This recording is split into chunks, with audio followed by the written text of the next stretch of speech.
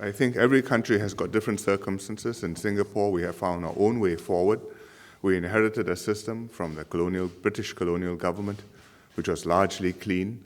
And one of the considerations why the People's Action Party fought the 1959 general elections to win, as opposed to fighting it to become the biggest opposition party, was for fear that if it became the opposition party and let somebody else take over after self-government, by the time you tried to enter government, the system would be corrupted and beyond redemption.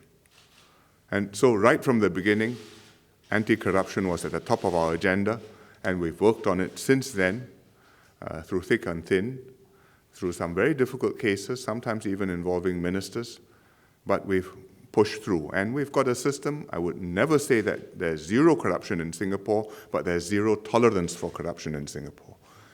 I think many countries would acknowledge that corruption is something which is debilitating and bad for their system.